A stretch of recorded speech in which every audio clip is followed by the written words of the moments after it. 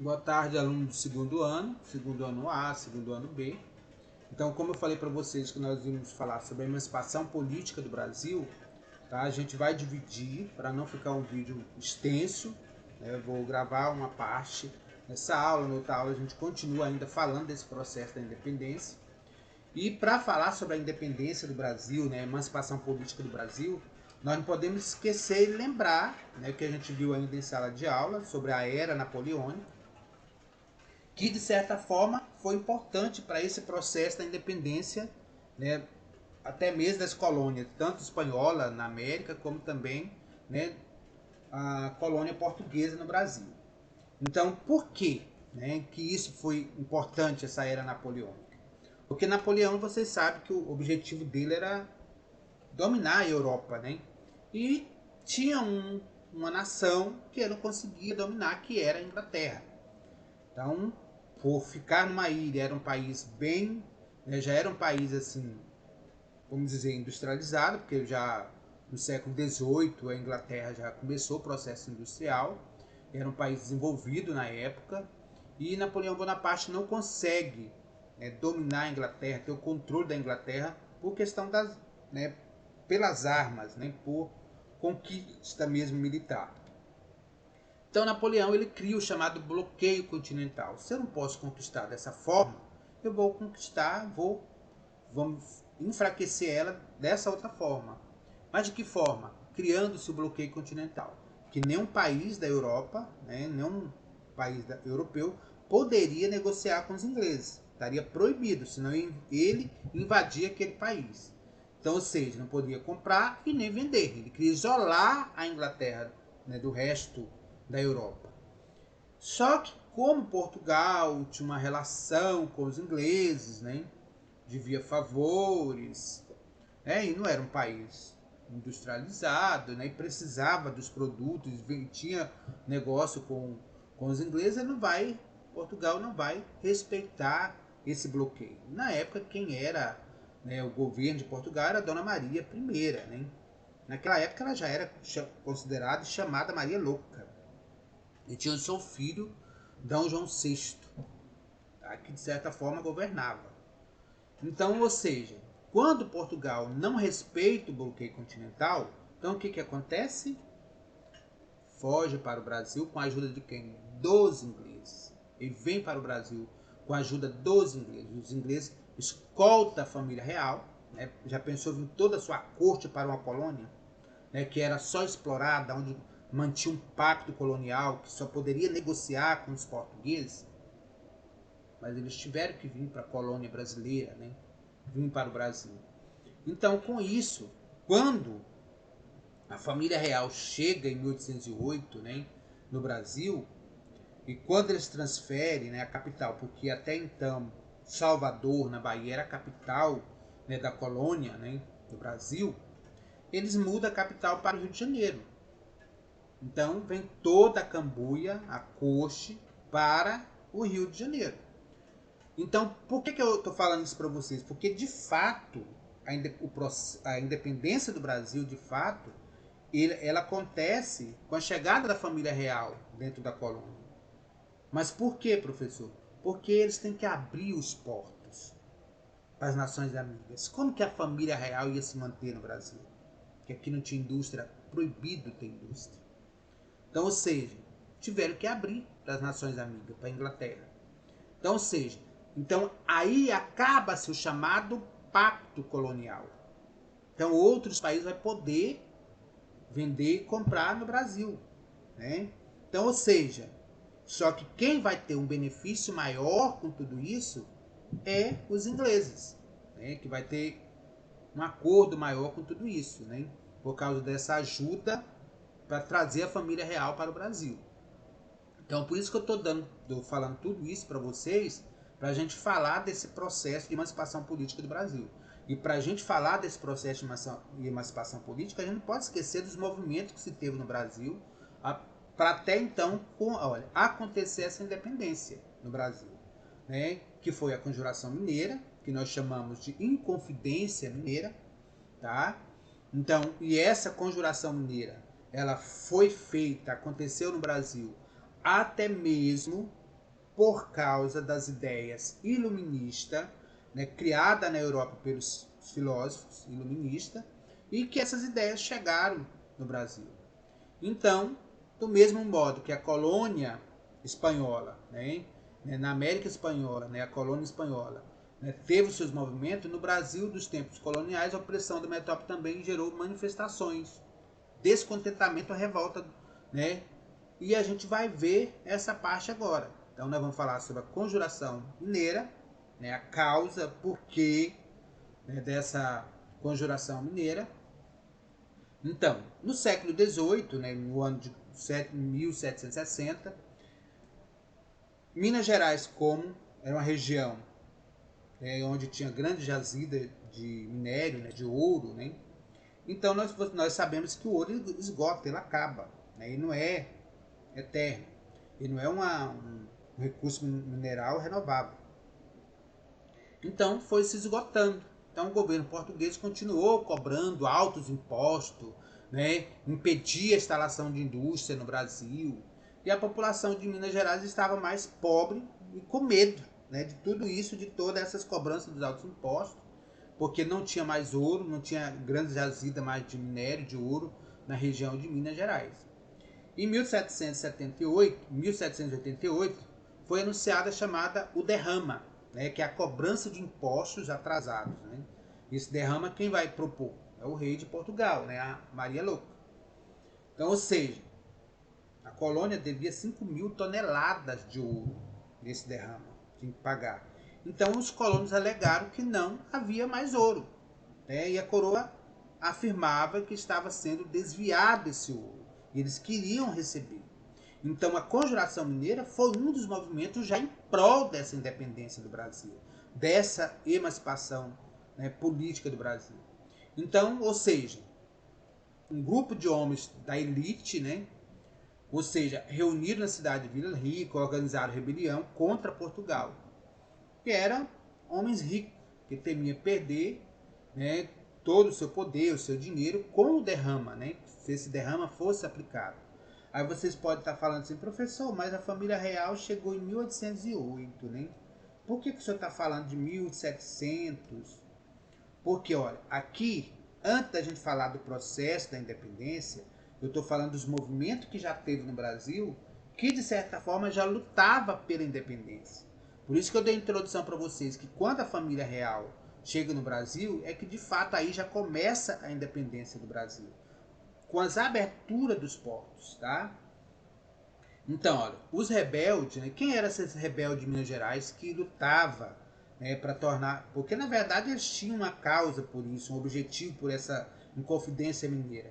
Porque eles lutavam para tornar Minas Gerais, né, o Vila Rica, independente, né, livrar como se fosse uma nação livre de Portugal. Então, os líderes eram Tomás Antônio Gonzaga, que era juiz de Vila Rica, o Cláudio Manuel da Costa, advogado, intelectual, renomado, o Inácio de Alvarenga Peixoto, dono de jazida de ouro, filho de fazendeiro e comerciante. Se nós observarmos, né, os líderes da revolta da Conjuração Mineira ou Inconfidência Mineira, vocês podem observar que é só elite, tá? Só ricos que participaram desse movimento, tá?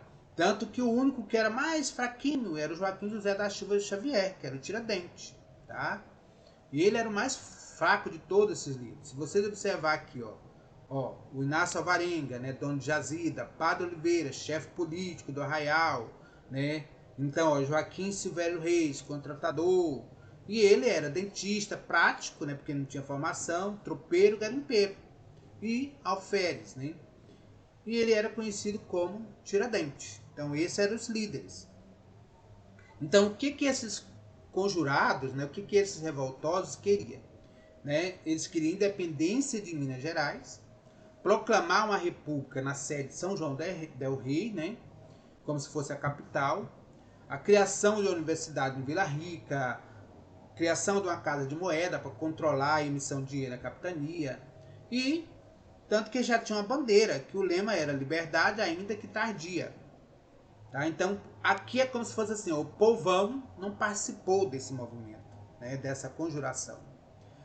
Agora, com isso, qual foi a consequência, né, dessa conjuração? Os conjurados não tinham apoio popular, né, que é do povão. A rebelião foi denunciada e não aconteceu, de fato.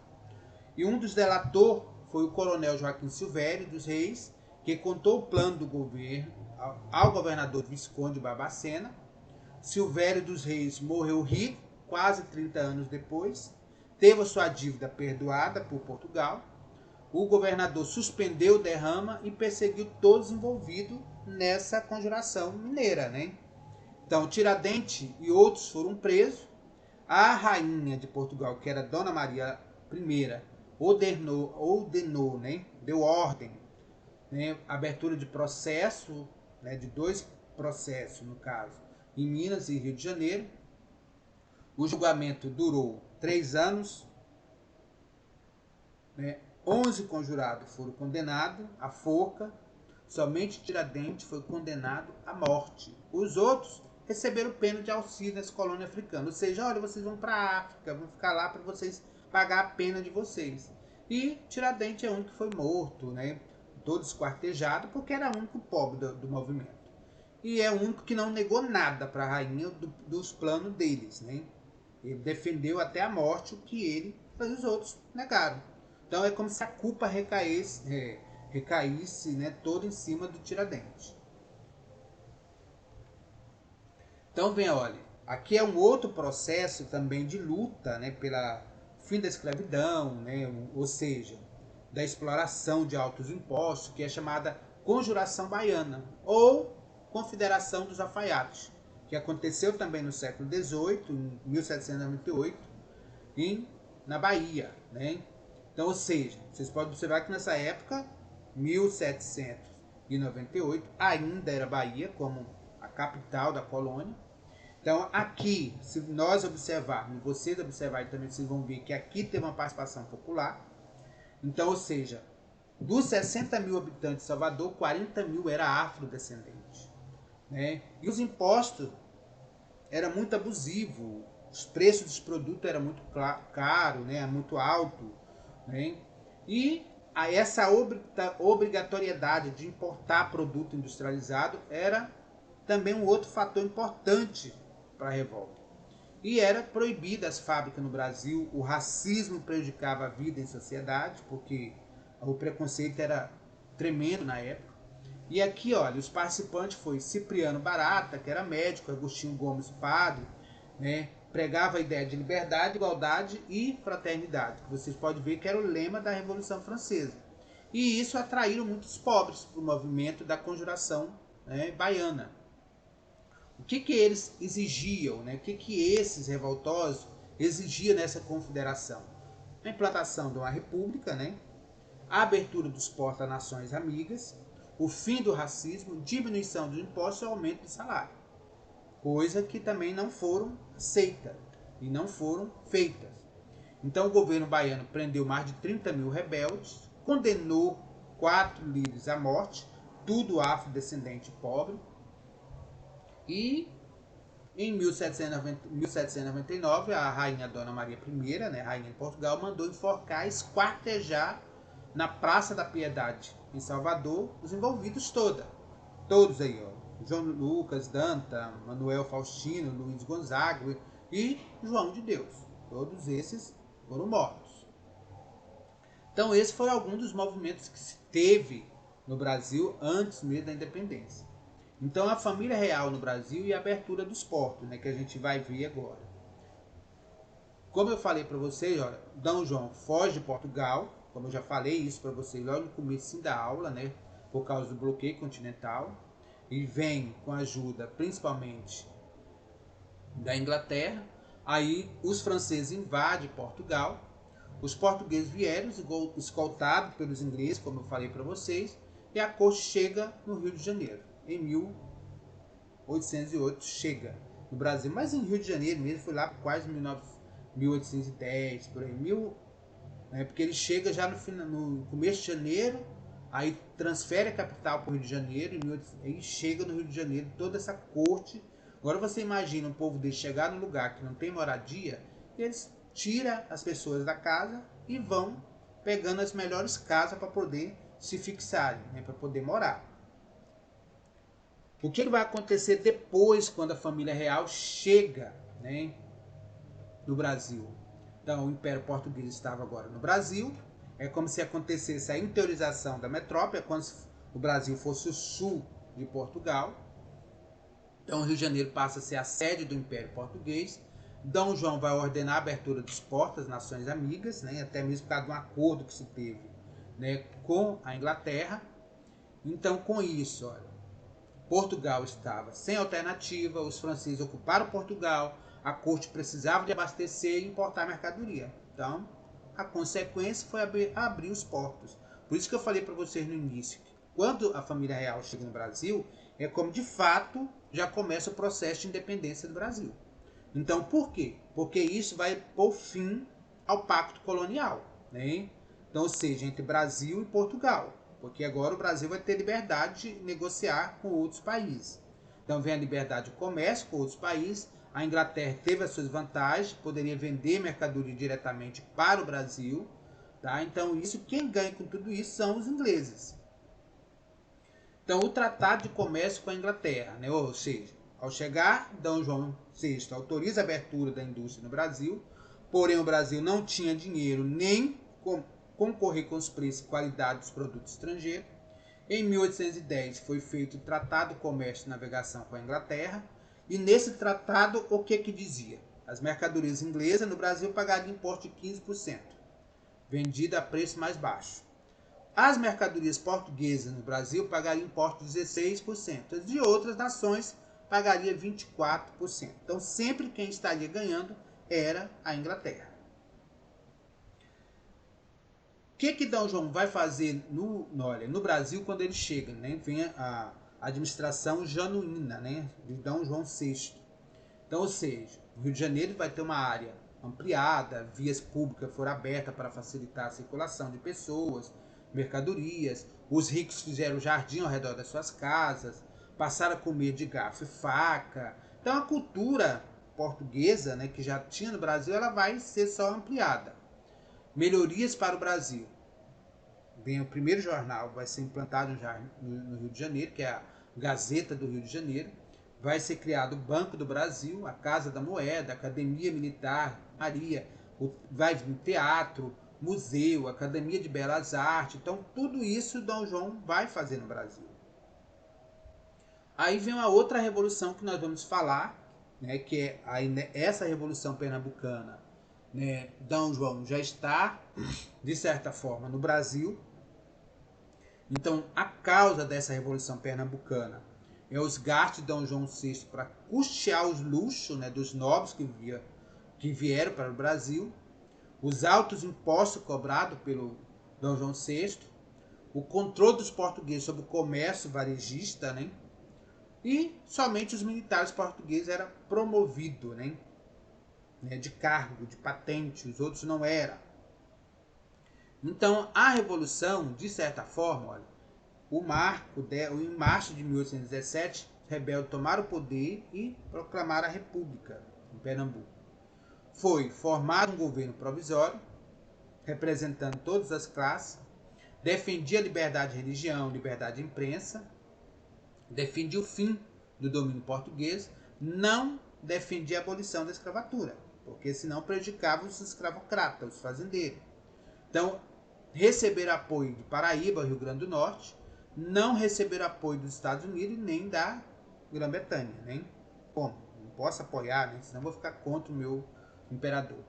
Então, os líderes eram Domingos José Martins, Miguel Joaquim de Castro, Domingos Teotônio Jorge. Então, ou seja, a consequência de tudo isso é que D. João enviou soldados e navios de guerra para sufocar o movimento. Os líderes, de certa forma, foram presos e enforcados. Então, a revolta ela vai chegar ao fim, não vai ter sucesso. Então, vem em 1820 a chamada Revolução do Porto. Lembra ainda que, pô, ó, aí vai, nós vamos voltar lá na França, e o Napoleão Bonaparte que estava em Portugal, hein? O que aconteceu? Então aí sim, olha, Napoleão Bonaparte, pessoal, E em 1817, por aí, já perde o poder na Europa, o seu domínio, tá? Então, ou seja, perdendo, vão assumindo o poder novamente. Então, a causa da Revolução do Porto, em Portugal, então, ou seja, os portugueses que ficaram em Portugal estavam insatisfeitos com as medidas de Dom João VI no Brasil, não concordaram com a intromissão da Inglaterra em assunto português. Em 1820 aconteceu a Revolução Liberal do Porto. Os revolucionários convocaram a eleição para a corte. A maior parte dos deputados decidiu que Dom João deveria voltar imediato para Portugal. Tá? Queria limitar os poderes de Dom João através de uma constituição. Então, ou seja, como o Brasil poderia, né, já estava quase independente, né, porque Dom João, toda a corte estava aqui. Então, quando Napoleão perde o poder na França, então os portugueses resolvem retomar o poder e fazer com que Dom João VI retorne para Portugal. Então, existia dois grupos políticos nessa época, que é o Partido Português e o Partido Brasileiro. Então, o Partido Português era formado por militares, comerciantes, portugueses que apoiavam a volta de Dom João VI, e o brasileiro era fazendeiro, altos funcionários de Portugal e do Brasil, e apoiava a permanência de Dom João VI no Brasil. E queria a autonomia do Brasil no Império Português, mas não tinha projeto político diferente. O líder do republicano era Gonçalves Ledo, republicano, e José Bonifácio, monarquista. Tá? Tanto que o José Bonifácio, né, de certa forma, ele queria a permanência até mesmo dos portugueses no Brasil, né, da família real no Brasil.